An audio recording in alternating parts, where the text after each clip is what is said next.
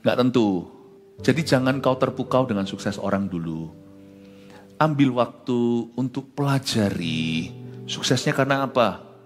Diuji dulu besarnya karena apa.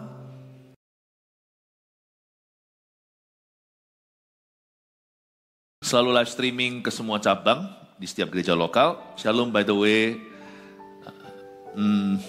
Welcome home. Hampir bilang Merry Christmas to you. Dan saya juga ingin mengupdate Anda perkembangan gereja-gereja kita. Bulan ini GMS Bontang sah menjadi gereja lokal, mari kita beri selamat. Hari ini ada sebuah firman yang saya bawakan.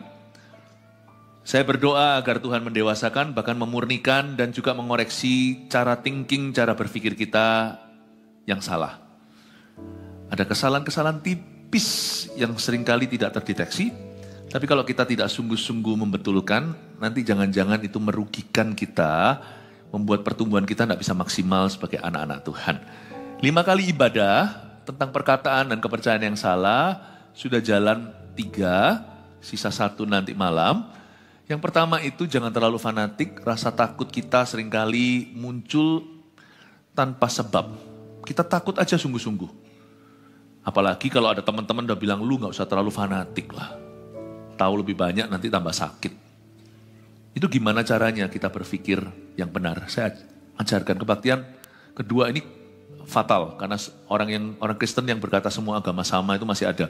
Apalagi yang kadang-kadang latah berkata berdoa menurut kepercayaan masing-masing. Itu nggak terlalu cocok keluar dari mulut seorang Kristen. Mengapa begitu? Nanti saya kasih alternatifnya. Saya kasih jalan lainnya supaya kita tidak melanggar jalan Tuhan.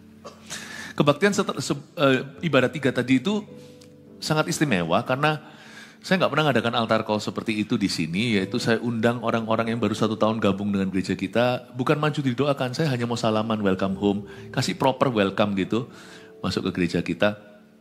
Was so sweet, sangat manis sampai saya susah move on. Semua gereja sama katanya, yang penting Tuhannya, itu pikiran yang salah loh. Tuhan memang Tuhan. Gereja itu tidak sama satu dengan yang lainnya. Nah nanti dengarkan sendiri karena khotbah seperti itu saya nggak mungkin bisa ulangi. Nggak bisa. Karena itu dengarkan semua ya kalau itu pesan gembala. Tolong dicicil minggu ini sebelum nanti minggu depan. Minggu depan sudah ada khotbah-khotbah baru. Kebaktian keempat, pelayanan yang sudah besar nggak perlu didukung. Ini juga salah satu mitos yang ada di dalam hati setiap kita. Tidak sedikit orang Kristen yang anti sukses. Loh, lain cerita kalau suksesnya salah. Jangan sampai iman kita yang negatif atau iman kita yang komunis membuat kita akhirnya menghalangi berkat kita. Padahal Tuhan mau memakai kita lebih dari ini. Dan Tuhan mau memperbesar kapasitas kita. Jangan anti. Saya ajak kita untuk melihat dulu beberapa ayat untuk menunjukkan di mana salahnya dan masuk ke pikiran Tuhan. Tujuannya bukan supaya kita ambisi ya, please jangan salah ngerti. Semua itu selalu dimulai dengan kecil. Orang besar pun semua dimulai dari jadi anak kecil. Segala sesuatu itu pasti dari baby step dulu. Tapi kalau kita setia dalam perkara kecil, Tuhan pasti tambahkan. Kalau kita setia dalam perkara sederhana, Tuhan pasti akan memperbesarnya. Amin. Saya ajak kita untuk melihat cara berpikir Tuhan. Matius 25 ayat 20 dan 21 bunyinya, hamba yang menerima 5 talenta itu datang. Dan ia membawa laba 5 talenta. Katanya, Tuhan, 5 talenta Tuhan percayakan kepadaku, lihat, aku telah beroleh laba 5 talenta lagi. Maka kata tuannya itu kepadanya, baik sekali perbuatanmu itu, hai hambaku yang baik dan setia. Engkau telah setia dalam perkara kecil, aku akan memberikan kepadamu tanggung jawab dalam perkara yang besar. Masuklah dan turutlah dalam kebahagiaan Tuhanmu. Tuhan tidak tersinggung sama sekali dan Tuhan tidak terancam. Jikalau besar itu karena setia, dan jikalau berhasil karena benar, Tuhan tidak berkata kepada hamba 5 talenta, Hai hambaku yang baik dan serakah. Hai hambaku yang baik dan setia. Besar itu bonusnya. Karena dia mengelola. Tentunya kita tahu lawan katanya bukan yang talenta 2, tapi yang talentanya hanya 1 disembunyikan di bawah tanah. Sedikit tidak tentu rohani. Kita harus patahkan, hancurkan mentalitas kemiskinan. Dalam hal ini mentalitas kemiskinan tidak ada hubungannya dengan harta duniawi. Tapi perasaan bahwa, enggak lah aku enggak mau gimana, aku enggak mau terlalu rohani. Apakah itu rohani? Udahlah aku enggak mau ganggu Tuhan. Apakah Tuhan berkenan Anda mengucapkan kata-kata itu tadi? Emangnya bagi Tuhan apa bedanya sih? 5, 2, dan 1 talenta? Enggak beda sama sekali. Ada orang yang kedengarannya soleha, saleh sekali waktu berbicara. Enggak lah, aku enggak mau terlalu tampil. Loh, siapa yang mau tampil? Memang ada sih orang yang mau tampil. Ada. Yang kayak gitu biasanya gunungnya harus diratakan di tanah. Tetapi jual mahal itu juga kesombongan loh. Saya juga enggak mau tampil, sungguhan. Saya enggak pernah mimpi jadi pemimpin. Tetapi saya tidak mau membatasi Allah. Karena saya bermentalkan kerajaan Allah. Bukan mental miskin atau kaya. Ini gak soal harta ya. Soal kapasitas rohani. Kalau kita mau bermimpi besar itu gak apa-apa. Dan kalau kita berdoalah minta Tuhan memakaimu secara luar biasa. Jangan tanggung dan setengah-setengah. Memang betul kadang-kadang kita perlu direm sedikit kalau mulai kedagingan. Kalau kita punya dorongan itu bukan lagi visi tapi nafsu. Puji Tuhan, Tuhan taruh orang-orang yang bisa saring kita. Orang-orang yang bisa sensor sesuatu yang salah. Mereka yang bisa merasakan kalau visi Anda sudah berubah jadi ambisi. Tapi saya terus terang, kalau saya disuruh pilih, punya keledai yang gak akan jalan, yang punya keledai yang tidak mau bergerak kecuali ditendang, atau punya kuda yang harus saya rem, kasih tapal kiri kanan, saya pilih punya kuda yang harus ditahan. Daripada bagal yang tidak berakal. Didorong-dorong, dipaksa-paksa, tidak mau maju juga. Jangan takut beriman besar. Jangan takut minta dipakai sama Tuhan. Jangan takut rohani. Jangan takut sungguh-sungguh. Jangan takut totalitas. Jangan takut tampil. Jangan takut memimpin kalau dipercayai. Jangan takut untuk berbuah. Hamba yang dapat 5 talenta ini justru menyenangkan hati Allah ketika dia balik ke Tuhan dan membawa 5 talenta lagi. Berarti talentanya jadi 10. Tuhan gak puas sampai di situ. Tuhan berkata, baik sekali perbuatanmu. Dan Tuhan berkata, engkau telah setia dalam perkara kecil. Tuhan gak berkata cukup. Dia berkata, aku akan memberikan kepadamu tanggung jawab dalam perkara yang besar.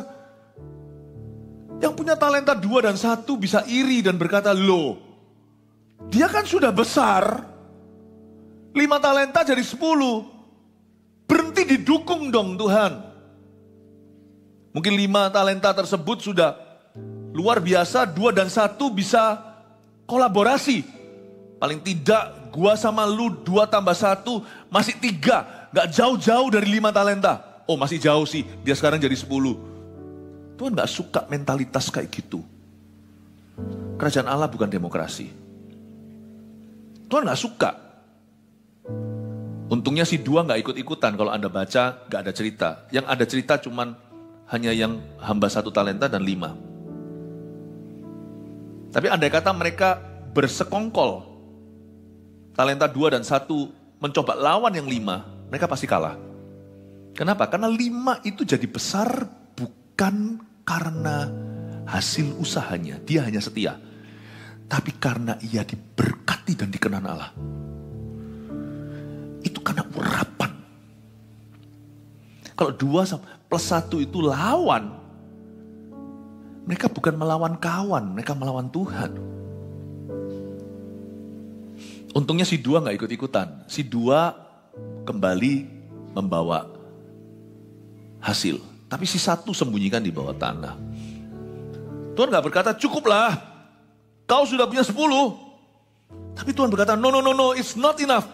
Kalau aku melihat seseorang menghasilkan, kalau seseorang mengerjakan ladangnya, seseorang mengerjakan talentanya, Tuhan berkata, kepadamu akan kuberikan perkara yang besar. Dengan kata lain, kepadamu akan kutambahkan kapasitas dan kuberi perkara yang lebih besar. Disinilah sebuah siklus terjadi. Yang besar tambah besar, yang kecil tambah kecil. Ini saya nggak bicara tentang gereja, tapi ini mentalitas yang keluar dari mulut Kristen. Pelayanannya sudah gede, ngapain didukung?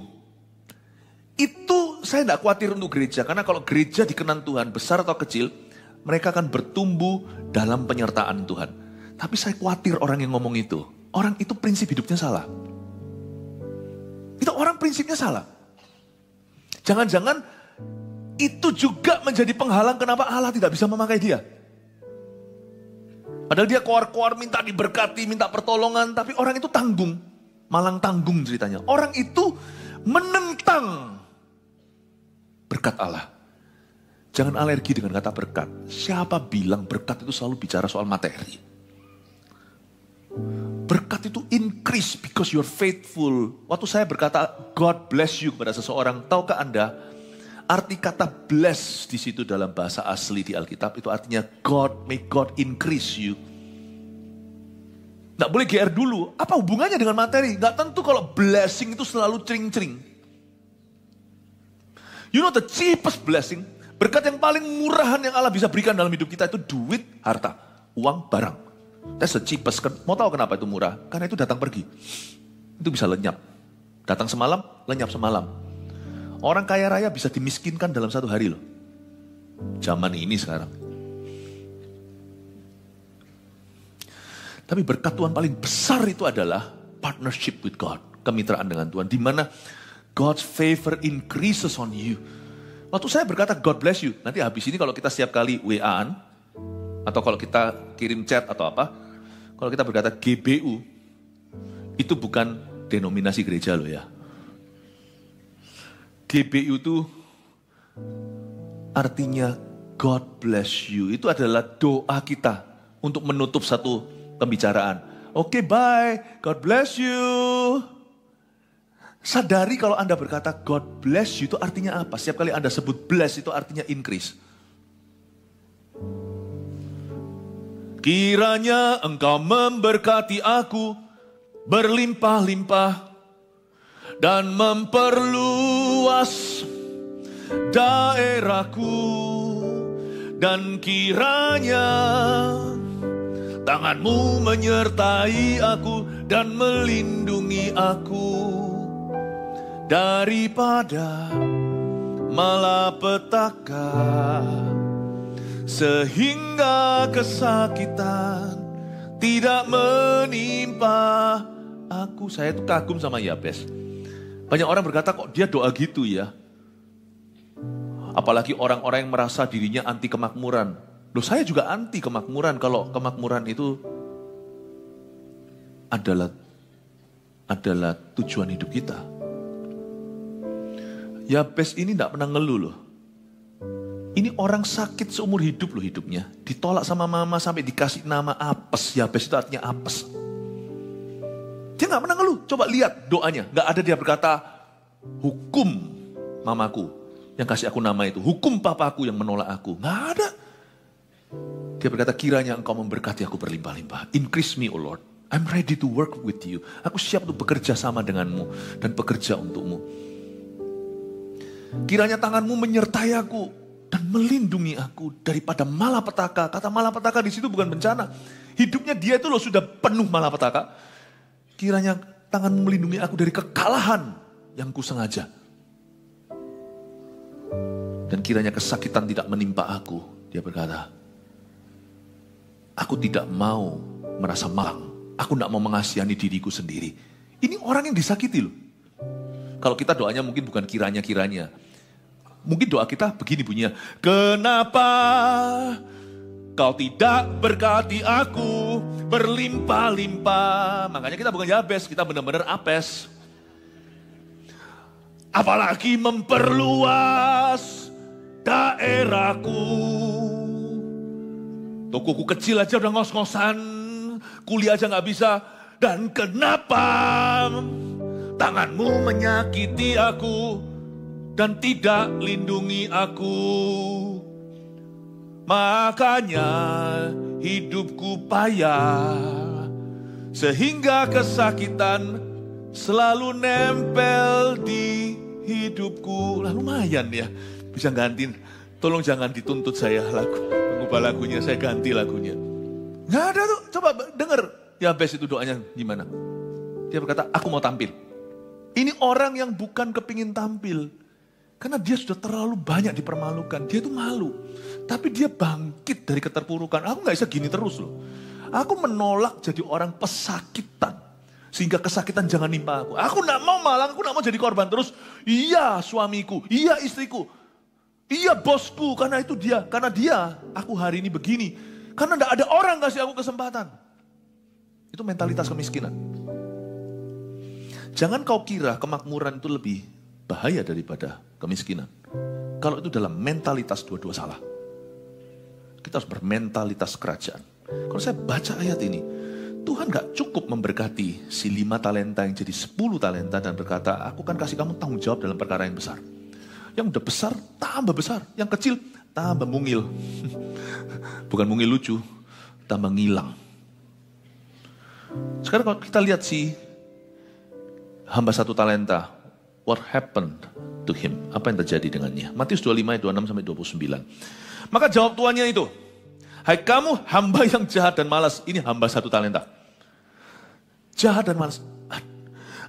Baca dulu aja dah, nanti saya akan jelaskan. Jadi kamu sudah tahu bahwa aku menuai di tempat di mana aku tidak menabur dan memungut dari tempat di mana aku tidak menanam. Saya gak tahan baca ini. Sisi kemanusiaan saya tidak mengizinkan saya baca ini.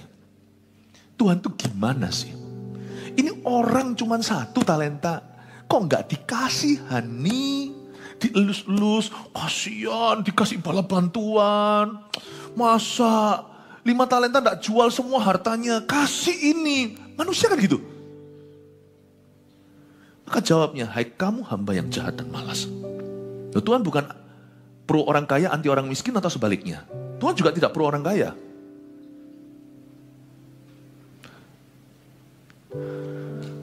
Tapi Tuhan berkata, hai kamu hamba yang jahat dan malas. Kamu itu tidak kurang-kurang kesempatan maupun bala bantuan. Lain cerita kalau memang yang belum pernah dibantu. Belum pernah dikasih kesempatan. Enggak. Kamu udah dibantu berkali-kali, keluar dari judi online, balik lagi, pinjol lagi. Itu sifat. Hai kamu hamba yang jahat dan malas. Kata malas itu artinya beralasan. Jadi, kamu sudah tahu bahwa aku menuai di tempat aku tidak menabur dan memungut dari tempat di mana aku tidak menanam. Harusnya Tuhan berbelas kasih, kok malah dituntut. Kamu tahu kalau aku memang memungut dari tempat aku nggak nanam. Aku nuai dari tempat aku nggak nabur. Kok kamu nggak berbuat apa-apa? Loh, Tuhan itu adalah Allah yang sama yang memberi kepada hamba yang 1 itu 5 talenta, 1 lagi 2 talenta, pada yang 1 talenta, semua itu sumbernya Tuhan. Jadi Tuhan tidak compare hasil. Kalau Anda lihat hasilnya, hamba 2 talenta harusnya juga ditegur keras. Enggak, hamba yang 2 talenta tidak memberikan sebanyak yang 5 talenta, Tuhan tetap memuji dia. Jadi bukan soal hasilnya, tapi soal kesungguhan hatinya, keterbukaannya, kerjasamanya dengan Roh Kudus. Mentalitasnya yang dia pilih. Allah tidak anti kepada yang 1, 2, atau 5. Dan Tuhan tidak membanding-bandingkan loh. Tuhan gak banding-bandingkan, tapi Tuhan memang transferkan. Hamba 1 talenta itu talenta satu-satunya dipindah, dikasih ke rekannya. Coba saya tanya, kalau Anda belum pernah baca ini, Ya, kalau mungkin Anda bisa terjebak, tapi kalau sudah membaca ya susah untuk menjebakmu karena Anda sudah tahu. Tapi kita ngomong manusianya, oke? Misalnya saya ada 3 anak. Beneran ini 3 anak, tapi ini tidak mewakili anak-anak saya. Anak-anak saya punya talenta sendiri-sendiri. Tapi misalnya ada 3 anak. Satu anak punya, ini contoh pakai uang aja ya. Contoh ya, pakai mata uang ya. Talenta itu juga mata uang kok. Tapi juga di sini 34 kilo sesuatu talenta. Satu talenta sama dengan 34 kgs. 34 kilo. Karena talenta adalah sebuah measurement atau suatu ukuran berat. Misalnya kita punya anak nih. Anak yang satu punya 1 miliar rupiah. Satu punya 2 miliar rupiah. Satu punya 5 miliar rupiah. Yang 5 miliar balik-balik papanya pulang liburan. Pah jadi 10 M. Yang 2 miliar balik-balik pah jadi 4 M. Yang satunya lagi, gak tentu itu adiknya loh ya. Hanya karena dia lebih kecil talentanya, bisa jadi itu kokonya. Karena kita gak pernah tahu yang tua, yang muda siapa. Karena Tuhan itu kasih talenta beda-beda. Yang penting kita sungguh-sungguh mengelola. Yang kita kelola bukan talenta loh. Sadar gak? Yang kita kelola itu hati loh. Talenta itu cuma manifestasinya yang kita jalankan. Hati kita percaya enggak itu yang menentukan gimana kita kerja. Yang kita kelola itu bukan loh. Itu bukan talentanya. Yang kita kelola itu adalah mentalitinya. Misalnya ya, terus terang nih, papa mama ya. Sejujurnya kalau kita secara lumrah manusia, lalu balik-balik. Ini si Koko punya 1 M, balikin 1 M. Loh, gak ada bunganya. Kan rugi lisi. Rugi bunga nih. Apanya? Sebagai seorang pengusaha. Kamu di sekolah yang tinggi-tinggi buat apa? Ya main aman aja. Loh papa udah rugi nih. Ya ini ngomong soal dari sisi bisnis misalnya. Ya sudah, akhirnya papanya ambil dari kokonya. 1 talenta itu diambil. Itu aja sudah gak lumrah. Biasanya sedikit harus dibantu. Ini kok diambil. Talenta juga bicara soal waktu. Jangan buang-buang waktunya Tuhan. Jangan doa gini, Tuhan, aku ini loh ada yang ngerti, Tuhan, aku itu gak didengar. Tuhan mengasihimu, tapi tidak akan mengasihanimu. Dia mengasihimu. Berhenti mengasihani diri. Misalnya nih orang tua, 1 talenta, akhirnya diambilkan 1 M kan? Anda kasih saudaranya yang punya 4 M atau 10 M? Jujur. Hah? Berapa? Ya karena sudah baca Alkitabnya. Gak mungkin lah. Pasti lumrahnya. Kokonya lah atau adiknya lah, saudaranya punya 10 M udah punya banyak.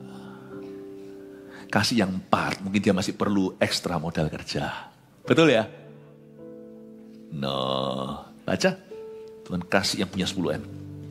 Anda kan kaget. Makanya itu orang yang berkata pelayanan sudah besar, tidak perlu didukung. Ini bukan soal money. Ini soal mentality. Saya bisa dengar kata-kata seseorang, saya langsung bisa tangkap. Hidup orang itu prinsipnya tidak benar. Dokter dengar kita bingung, udah tahu kita sinusitis. Maka jawab tuannya. Baca lagi ayat 26. Hai kamu hamba yang jahat dan malas. Jadi kamu sudah tahu bahwa aku menuai di tempat di mana aku tidak menabur. Dan memungut dari tempat di mana aku tidak menanam.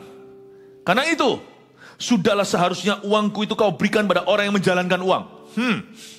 Kira-kira menurut Anda yang menjalankan uang kan dua-dua.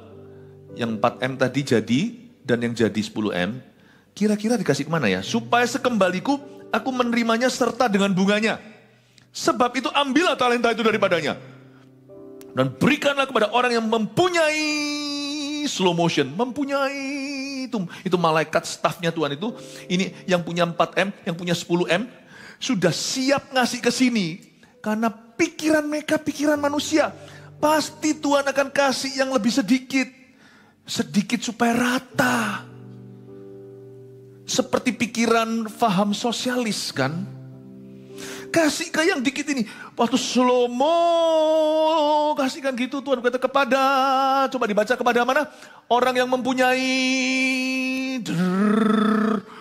10 talenta. Nggak jadi Salomo. Malaikatnya langsung sadar, hampir kasih orang yang salah. Ternyata kasih yang paling banyak. Pelayanan yang besar justru harus didukung. You be very surprised. Papanya sangat strategis. Saya paham sekarang dari seorang ayah misalnya 3 anak nih. Kalau tak kasih ke yang tengah ini 4M, dia jalan pelan, berbuah. Tapi kenapa aku tidak dukung yang paling menghasilkan? Kenapa aku tidak taburkan di tempat yang paling ada urapan? Karena kalau ini jalan, gerbongnya ketarik semua. Yang 4M ketarik. Yang 1M semoga sadar ketinggalannya. Tapi kalau semua ini yang 10M dan 4M kasih yang ke 1M, 10 tahun lagi devaluasi, inflasi, miskin bersama 3-3. Di tangan orang ini yang menerima belas kasihan, tapi jahat dan malas di mata Tuhan, dia akan membawa kemiskinan ke seluruh kakak adiknya. Ditaruh di orang yang tengah 4M ini, lumayan. Tapi yang paling menghasilkan itu Koko atau adiknya yang pegang 5 talenta ini. Dukunglah.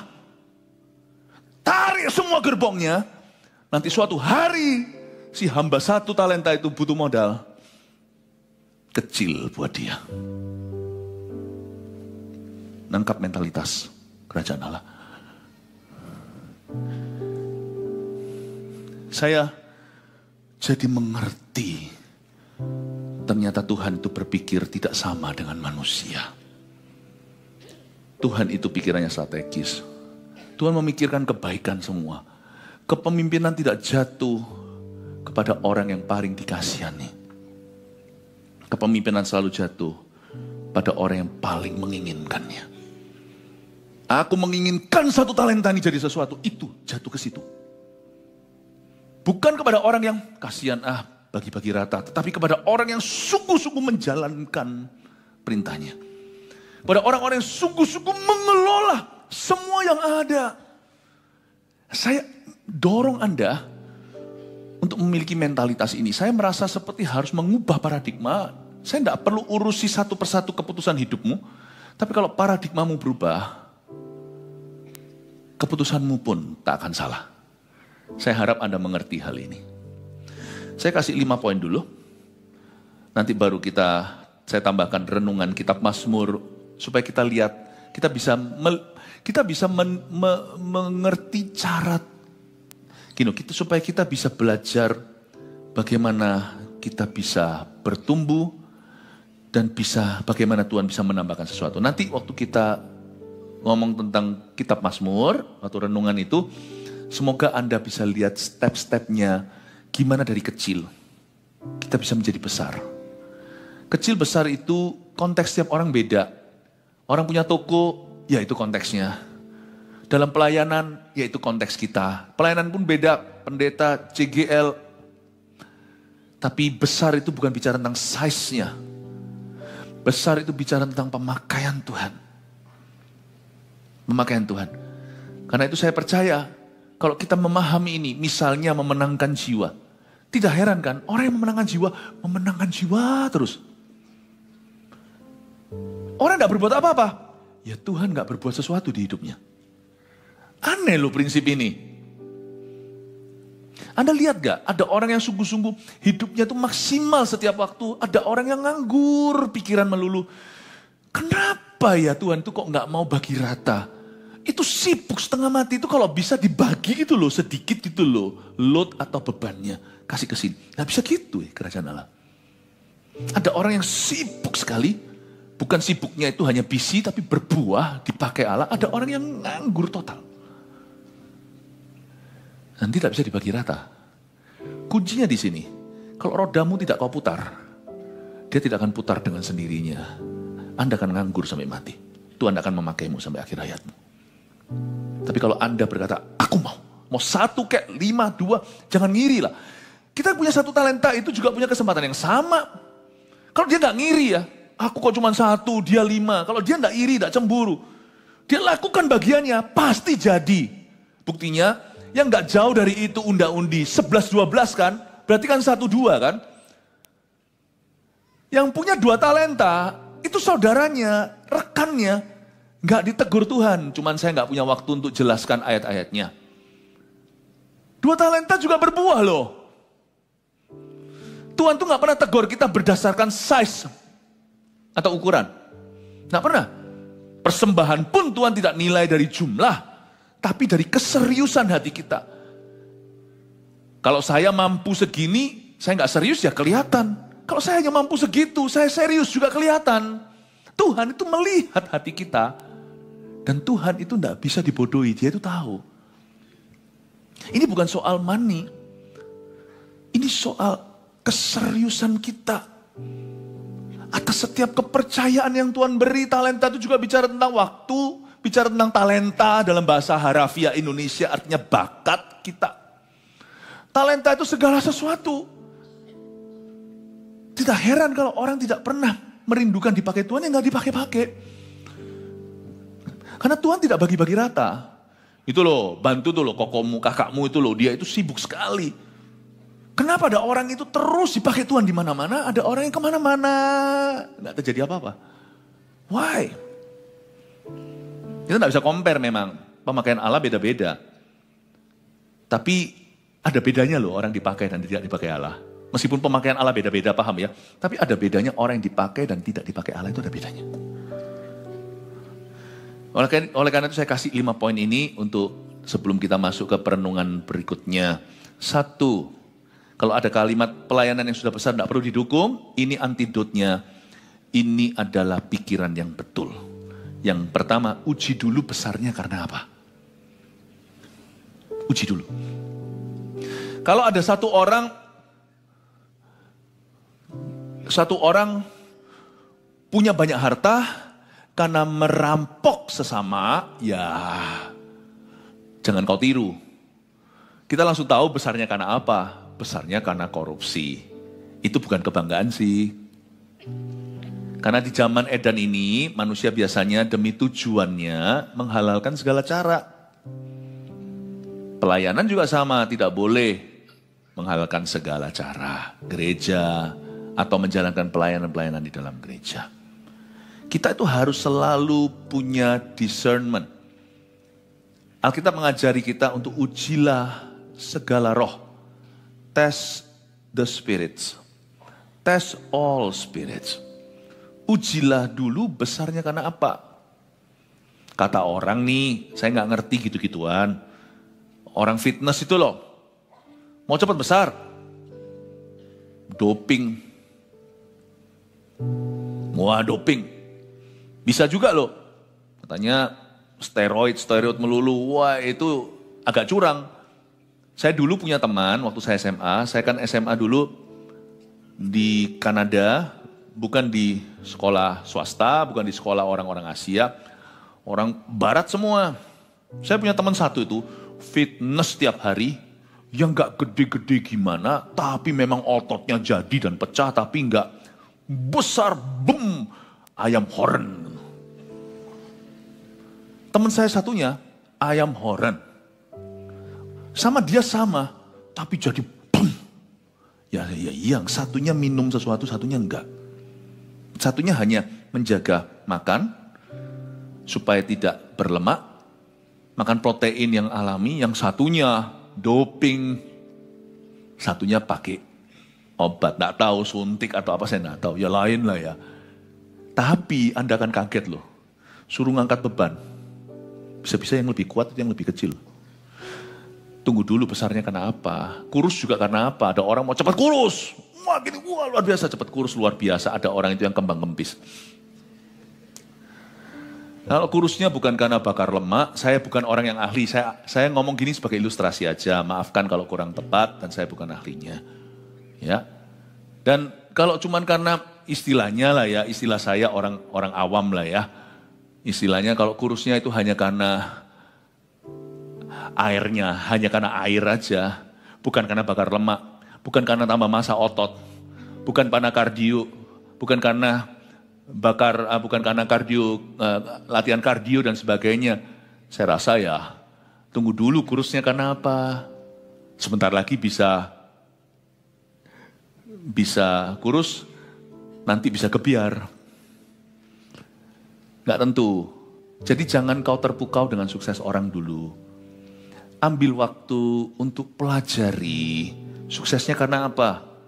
Diuji dulu besarnya karena apa. Kalau kita sudah tahu besarnya karena apa, maka kedua, jangan anti besar jikalau benar. Makanya jangan kita asal ngiri sama orang. Kalau orang itu besar karena curang, kalau orang itu berkat karena menghalalkan segala cara, itu bukan berkat Tuhan. Anda tidak usah iri, susah payah orang itu akan mengikuti. Cukup kita doakan, sebenarnya orang begini kasihan. Tapi kalau orang tertentu jadi besar apapun yang dia kerjakan, karena halal, Anda jangan iri. Karena orang itu diberkati. Karena dia menerima 5 talenta itu dan menerima tambahan 1 talenta itu dari Tuhannya. Jangan anti besar jikalau benar. Karena itu saya tidak pernah mengizinkan hatiku terganggu, bidang sama atau tidak. Kalau saya melihat orang lain lebih dipakai Tuhan, orang lain lebih sukses, lebih maju, saya nggak apa-apa. Kalau dia layak menerimanya, saya percaya itu adalah berkat Allah. Be happy for them. Bersyukurlah, orang yang bisa senang ketika orang lain diberkati, orang itu pun tidak akan susah diberkati. Tapi kalau kita nyalai orang benar, padahal dia suksesnya benar misalnya, lalu kita mulai mencibir atau kita mulai membunuh karakternya secara sengaja atau tidak sengaja, jangan-jangan kita sedang menginjak kaki Tuhan. Kalau Tuhan yang berkepentingan, kalau Tuhan yang memperbesar hambanya, kalau Tuhan yang memperbesar seseorang, jangan kau injak kakinya. Karena jangan-jangan Tuhan yang memperbesarnya. Karena itu jangan pernah anti besar. Kalau Anda lihat orang lain diberkati, dipakai dulu, berterima kasih, bersyukurlah. Tapi kalau memang cara mereka tidak betul, doakan saja, tidak usah diurusi, itu bom waktu. Itu bom waktu. 3. Dukung apa yang menghasilkan. Selalu begitu. Dukung apa yang menghasilkan. Apa yang saya sampaikan ini adalah suatu prinsip yang sifatnya umum ya. Ini tidak saya giring untuk hanya ke 1-2 hal. Aplikasinya akan disesuaikan dengan kehidupan dan konteks Anda. Tapi ini adalah prinsip kerajaan Allah. Boleh dikatakan ini adalah ekonominya Tuhan. Ini bukan soal uang, tapi soal kita menaruh hidup dan menaruh hati. Dukung apa yang menghasilkan. Tuhan suruh sama malaikat, kasih itu 1 talenta itu ke hamba yang mempunyai titik. Dikira ke yang punya 4 talenta sekarang. Disuruh kasih yang 10. Tuhan ini gimana sih? Apa matematika Tuhan tidak jalan? Dia sudah kelebihan Tuhan, cukuplah, gak usah. Jangan salah. Dia mengelola 10 talenta dan Tuhan nanti dalam cerita itu memberi dia 10 kota. 10 talenta itu semua kepake. Yang punya 1 talenta, kayaknya cuma 1. Tapi nggak dipakai. Kelihatannya situ banyak 10 talenta. Tapi semuanya, semua resource sumber dayanya, dia kelola dan bekerja. Yang di sini kelihatannya cuma 1, kasihan perlu bantu. Ngapain? Kalau kita kasih lagi 1, tambah 1, talentanya 2 akan berakhir di bawah tanah. Dikubur. Kayak talenta yang pertama. Tuhan itu tidak melihat jumlah 5 dan 1. Tuhan melihat keseriusan masing-masing hamba itu dalam mengelola dan memakai semua sumber dayanya. Kepada yang punya banyak, dia perlu lebih banyak. Karena sekarang Tuhan kasih dia 10 kota. Kepada yang punya sedikit. Kalau dia sedikitnya karena belum waktunya, lain cerita. Kalau dia mengelola gitu ya perlu waktu lah. Ada hal-hal tertentu yang tidak bisa di-bypass proses waktu. Saya percaya si 1 talenta itu kalau keluarkan dari tanah dia kelola. Gak langsung minggu depan. Tapi lama-lama mungkin dia gak bisa sampai yang punya 5 talenta itu. Mungkin dia gak sebakat itu. Tapi paling tidak dia pasti akan bertumbuh, bertambah. Apapun yang sehat pasti Tuhan tambahkan dan pasti Tuhan tumbuhkan. Pasti. Dia memang perlu waktu. Kalau dia kecil karena belum waktu, lain cerita. Sama kalau dia kecil karena dia buang waktu. Kalau dia kecil karena dia belum mengelola semua, dan apa yang dia kelola belum jadi semua, lain cerita. Tapi kalau dia kecil karena dia memilih begitu, padahal dia punya kesempatan yang lebar, tapi dia memilih untuk tetap di tempat tidak berbuat sesuatu, berarti dia kecilnya bukan karena menunggu waktu bertumbuh. Dia kecilnya karena mentalitasnya tidak tumbuh. Saya ngerti cara pandang Tuhan. Itulah sebabnya orang-orang yang datang ke Tuhan dan berkata, berkati aku, tidak pernah diberkati. Tapi orang-orang yang datang ke Tuhan dan menunjukkan keseriusan, Tuhan, ini kayu bakarnya. Kirimkan Elia dengan apinya. Tuhan akan bakar. Tuhan tidak pernah memberkati 5 gadis yang bodoh itu hanya karena mereka punya pelita. Tapi mereka tidak bawa minyak. Tapi Tuhan berkati 5 gadis yang bijaksana karena mereka tidak tangan kosong datang ke Tuhan. Mereka membawa minyak dan Tuhan nyalakan pelitanya. God doesn't bless your dream. He blesses your commitment. Tuhan tidak memberkati mimpimu. Dia memberkati komitmenmu. Tuhan tidak memberkati mimpimu. Tuhan memberkati persiapanmu. Kau bawa persiapanmu kepada Tuhan, Tuhan akan tunjukkan apa yang mata belum lihat, telinga belum dengar, yang belum kau pikirkan, Tuhan akan berikan. Tapi kalau kita datang ke Tuhan kosongan, Tuhan berkata, kamu tidak serius kok. Kamu tidak serius. Doa bless me tidak pernah berujung sesuatu. Doa untuk seseorang misalnya, berkat terbesar itu adalah manusia. Kalau berkat termurah adalah uang, barang. Berkat terbesar itu orang. Misalnya saya doa untuk anak saya, kalau anak saya belum kenal Tuhan, misalnya contohnya, aku berdoa untuk anakku. Selamatkan dia, tidak mempan. Doa gitu itu tidak pernah didengar. Tapi doanya begini, aku akan ajak anakku ke gereja. Sertai aku ya Tuhan. Nah, itu didengar. Anda mengelola. Anda tunjukkan keseriusan bahwa memang belum terjadi mujizat, karena masih perlu waktu. Anda perlu tabur, perlu siram supaya dia tumbuh. Mungkin Anda ajak ke gereja dulu, dengarkan firman Tuhan, Anda kirim ayat, Anda doakan lewat telepon sekalipun dia nggak percaya. Dan ketika Anda lakukan itu, Tuhan melihat mujizat belum terjadi, tapi segera ke sana. Karena Anda masih perlu waktu ke situ, daripada kalau Anda nggak berbuat apa-apa, simpan di tanah, TikTok waktu berlalu, dan Anda berharap mujizat terjadi. Tuhan akan berkata, you're not serious, you're not serious. Kamu nggak serius, don't talk to me. Andreas datang membawa 5 roti 2 ikan. Meskipun itu nggak bisa memberi makan, itu sungguh-sungguh kemustahilan. Tapi Tuhan melihat keseriusannya. Sini, Tuhan menengadah, berkati, pecah-pecah roti, 5.000 orang makan, 12 bakul penuh, bawa pulang. Tapi waktu murid-murid datang salah satunya, celakanya yang ngomong itu namanya sama-sama saya, Filipus. Bagaimana bisa kasih makan orang sebanyak ini? Suruh mereka pulang aja Tuhan, pergi ke kota terdekat, desa-desa di mana dusun-dusun ada warung apa, suruh mereka beli roti sendiri. Gimana gini? Waktu dia datang cuma bawa celotehan dan ocehan. Tuhan gak dengarkan. Andreas datang langsung bawa 5 roti 2 ikan.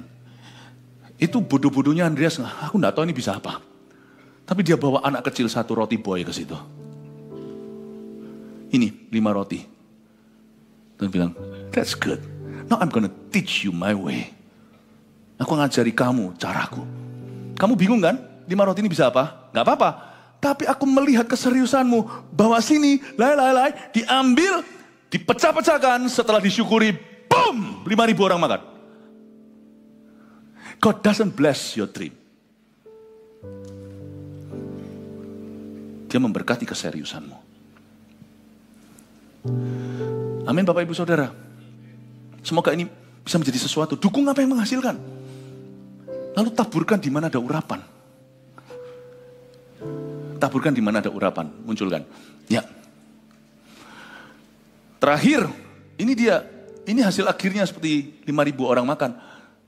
Tuai urapan baru atas hidupmu. Itu 5 talenta itu kan hanya perumpamaan, ini kan bukan kejadian. Saya yakin kalau dia orang beneran, dia akan berbeda. Hari itu Tuhan ajari dia. Meskipun dia tumbuhkan 5 jadi 10, itu adalah penyertaan Allah. Tapi waktu cara Allah berinteraksi dengan dia dan memperlakukan dia, dan cara Tuhan mengadili di antara mereka bertiga, saya percaya ini orang akan jadi orang besar di mata Lenten. Yang satu itu pulang ke rumah, tepuk-tepuk dada dan berkata, memang aku salah, atau mungkin salahkan Tuhan. Tuhan tidak adil. Saya lihat di sini perbedaan. Yang suci akan semakin suci, yang cemar akan semakin cemar. Yang mentalitasnya mengasihani diri, kalah, korban, akan semakin terpuruk. Tapi yang berkata, no, kiranya engkau memberkati aku berlimpah-limpah dan memperluas daerahku. Yabes-Yabes muncul dan orang-orang besar. Saya harap ini bisa membuat Anda mengerti sesuatu. Saya pada waktu kalau bicara tentang mendukung pelayanan ya, saya itu nggak pernah mimpi loh hari ini dikasih Tuhan pelayanan begini. Nggak pernah. Saya masih ingat dulu pelayanan saya sangat simpel sih. Dan waktu itu saya nggak bisa sebut ya namanya, toh beliau sudah almarhum. Tapi selain saya dukung gereja, karena gereja kami di situ betul-betul struggling, gereja Indonesia di Kanada waktu itu, gereja kecil. Waktu zaman dulu saya baru bertobat, saya terbeban karena itu tempat di mana saya selalu beribadah. Tapi hati saya itu rindu dipakai Tuhan, sungguhan. Dan saya tidak mau hanya sekedar, aduh kasihan ya. Aku mau sungguh-sungguh salurkan misi. Saya ambil juga sebagian, gak banyak karena saya adalah mahasiswa, saya belum bekerja. Apa yang ada dari allowance saya, itu saya sisihkan. Dan saya masukkan waktu zaman dulu itu, belum zaman online, masukkan amplop, saya kirimkan ke sebuah ministry yang menjamah jutaan jiwa di Afrika. Orangnya udah meninggal, by the way. Orang mati pun dibangkitkan. Saya kirim. Gak banyak. Kadang-kadang waktu saya kirim itu saya gemetar, saya berkata, Tuhan ini apa artinya? Can this make a difference, bisa membuat perbedaan? Mungkin enggak. Paling enggak kau lihat hatiku lah. Tapi saya bangga sekali ketika dapat newsletter. Zaman dulu kan pakai newsletter, jadi kayak warta gitu, dikasih ini apa-apa, terima kasih untuk donasinya. Ditulis sana setiap dolarmu itu disalurkan untuk ini. Dan ditunjukkan, jadi newsletternya itu sendiri kan perlu kirim-kirim. Saya tahu mereka berani keluar uang untuk terus berkomunikasi. Dan saya melihat mereka terus memenangkan jiwa. Dari dulu tuh hati saya itu penginjil banget, penginjilan. Saya kirim ke sana, saya nangis kadang-kadang, Tuhan ini apa artinya. Tapi saya percaya firman yang saya bagikan hari ini, poin ini saya lakukan. Dukung apa yang menghasilkan. Taburkan di mana ada urapan. 1 kali ibadah waktu itu, 1 juta orang selamat di Nigeria. Saya merinding, saya berkata, saya pikir 10 orang saya selamatkan aja, saya gak bisa. Tapi saya mau terlibat. Gak sangka pada waktu hamba Tuhan itu berumur 70 tahun. Saya diundang di ulang tahunnya. Dia gak tahu saya siapa. Gak tahu saya anak muda itu yang selalu dukung dari jauh, dari Kanada ke Afrika. Saya diundang dengan hamba-hamba Tuhan tentunya. Saya ketemu dan saya ngobrol dengan beliau. Di sana ngobrol sambil makanan.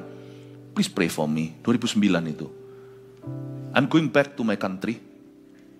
Saya akan adakan KKR di airport. My country is Indonesia.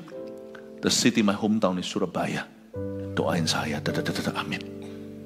Kita adakan KKR pertama kali, Army of God disebut itu. Itu di airport Juanda. Itu ada di YouTube semua. Mana gua tahu recehanku yang tak ada artinya dari sisi seorang Philip Mantova yang tidak dikenal siapa-siapa. Saya kirim terus karena saya rindu, bukan kayak mau tampil, saya rindu untuk mendukung apa yang menghasilkan. Saya mau ambil bagian dalam apa yang memang betul-betul Tuhan kerjakan. Meskipun saya tetap ada belas kasihan, saya kirimkan. Saya betul-betul kirimkan. Dan saya mau menabur di mana ada urapan tanpa saya sadari. Saya menuai urapan itu atas hidupku suatu hari kelak. You'll be very surprised. Saya ngajarkan seperti ini supaya Anda dan saya punya mental yang berbeda. Amin. 55 munculkan. There. Ya, udah silakan difoto supaya menjadi tuntunan hidupmu dalam hal beriman Saat engkau mendukung sesuatu, terlibat sesuatu. Semoga Anda menjadi orang besar di hati dan menjadi orang yang dipakai Tuhan.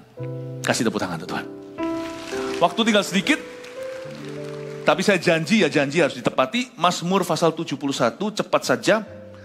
Ayat 17 sampai 21, saya baca ayat per ayat, langsung jelaskan, selesai cuma berapa menit. Ayat 17, ya Allah, Engkau telah mengajar aku sejak kecilku. Ini bukan hanya soal usia, kecil itu juga bicara tentang permulaan sesuatu. Dan sampai sekarang aku memberitakan perbuatanmu yang ajaib. Ingat ya, kalau kita itu terima pengajaran sejak kecil dan kita itu besarnya karena terima pengajaran, by all means jadilah besar. Ya Allah, Engkau telah mengajar aku sejak kecil. Tuhan itu maha guru. Mana ada yang Tuhan ajar itu jadi kecil? Nggak ada. Nggak percaya? Anda sekali main sama yang Kaparovov, apa-apa itu yang main Rusia, main catur itu, Anda pasti langsung jadi hebat. Anda diajar langsung, dimentori sama orang hebat, kemungkinan besar Anda jadi hebat. Hebat. Duduk sama orang pesimis, gosip terus, Anda tidak dapat apa-apa. Duduk 15 menit sama orang yang punya mentalitas besar, 15 menit itu Anda akan koyak. Makanya saya lebih senang duduk bukan bersama dengan pencemooh. Saya lebih suka duduk bersama dengan pemenang. Pemenang itu tidak tentu orang yang punya kedudukan. Pemenang itu kadang-kadang saya duduk dengan orang yang kanker, penderita kanker, tapi tidak ada keluhan, senyum terus. Bahkan saya berkata, saya diberkati, saya harusnya mendoakan Anda. Saya sudah diberkati dulu, duduk dengan Anda, tidak ada keluhan setengah jam ini ngobrol dengan Anda, itu saya terharu. Saya duduk dengan orang gitu, membuat saya jadi kuat menghadapi tantangan kehidupan. Daripada orang yang ngomel terus. Ya Allah, Engkau telah mengajar aku sejak aku nothing. Diajar Tuhan, nggak mungkin jadi biasa. Juga sampai masa tuaku dan putih rambutku, ya Allah janganlah meninggalkan aku. Tuhan tuh gak pernah setengah jalan. Kalau Tuhan sekali langganan, Dia akan membuat Anda bertumbuh terus. Supaya aku memberitakan kuasa-Mu kepada angkatan ini, keperkasaanmu kepada semua orang yang akan datang. Tuhan tuh gak pernah bawa kita itu malang tanggung sampai satu titik. Tuhan tuh gak pernah targetkan 30 kali ganda, tapi 100 kali ganda kalau Anda bisa. Bukan kalau Tuhan bisa, Tuhan selalu bisa. Tapi ayat 18b, supaya aku memberitakan kuasa-Mu kepada angkatan ini, keperkasaanmu kepada semua orang yang akan datang. Jadi besar itu enggak apa-apa. Jadi hebat itu enggak apa-apa. Diberkati itu enggak apa-apa. Asal ujungnya orang lain diberkati karena Anda. Juga memberitakan kuasa-Mu kepada angkatan ini dan keperkasaanmu kepada semua orang yang akan datang. Jadi besar itu enggak apa-apa. Asal orang lain jadi besar karena Anda. Daripada hamba 1 talenta itu, semua orang yang ngomong sama dia jadi pesimis semua. Semua jadi jatuh semangat, semua jadi orang yang tidak percaya. Ini kuncinya ayat 18b. Supaya aku memberitakan kuasa-Mu. Kepada siapa? Kepada angkatan ini. Dan keperkasaanmu, tidak hanya angkatan ini, kepada orang-orang berikutnya yang akan datang. Kiranya Engkau memperbesar wilayahku. Kiranya Engkau memberkati aku. Karena kalau aku diberkati di tempat besar, orang lain jadi besar karena aku. Keadilan-Mu ya Allah sampai ke langit. Engkau yang telah melakukan hal-hal yang besar. Ya Allah, siapakah seperti Engkau? Sekarang jadi ngerti, make sense lagi. Matius 25 sekarang masuk akal. Karena ternyata itu sifat Allah dari perjanjian lama. Engkau yang melakukan perkara besar. Our God is a great God. Saya paham sekarang. Ayat 20, Engkau yang telah membuat aku mengalami banyak kesusahan dan malapetaka. Kasihan. Engkau akan menghidupkan aku kembali, dan dari samudera raya, bumi Engkau akan menaikkan aku kembali. Ini harga yang dibayar. Nanti kan saya bilang, uji dulu besarnya karena apa? Ada orang yang besarnya karena bayar harga. Anda lihat ya, ada perusahaan tertentu, atau ada karir orang tertentu, ada rumah tangga tertentu. Besar itu bukan berarti mereka kaya. Rumah tangga itu kok bisa ya?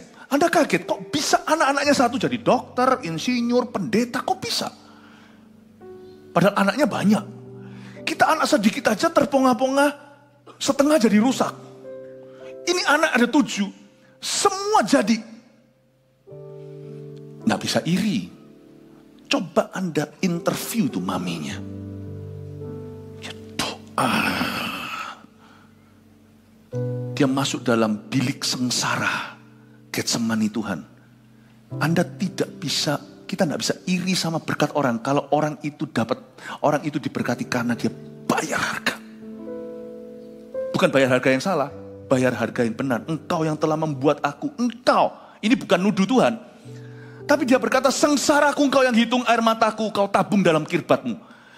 Aku menderita itu dalam kebenaran. Engkau yang telah membuat aku mengalami banyak kesusahan dan malapetaka. Karena namamu.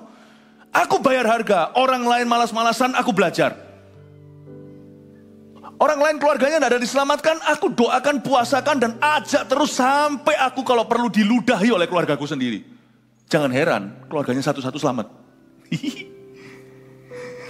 Jangan heran juga kalau anaknya jadi semua. Papa mamanya mesbah, doa sungguh-sungguh dan ajarkan takut akan Allah dari kecil.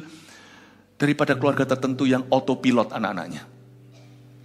Engkau yang membuat aku mengalami banyak susah dan malapetaka. Engkau akan menghidupkan aku kembali. Dan dari samudera raya bumi engkau akan menaikkan aku kembali. Lihat ayat 21 kembali lagi. Engkau akan menambah kebesaranku. Ini seperti suara si hamba lima talenta.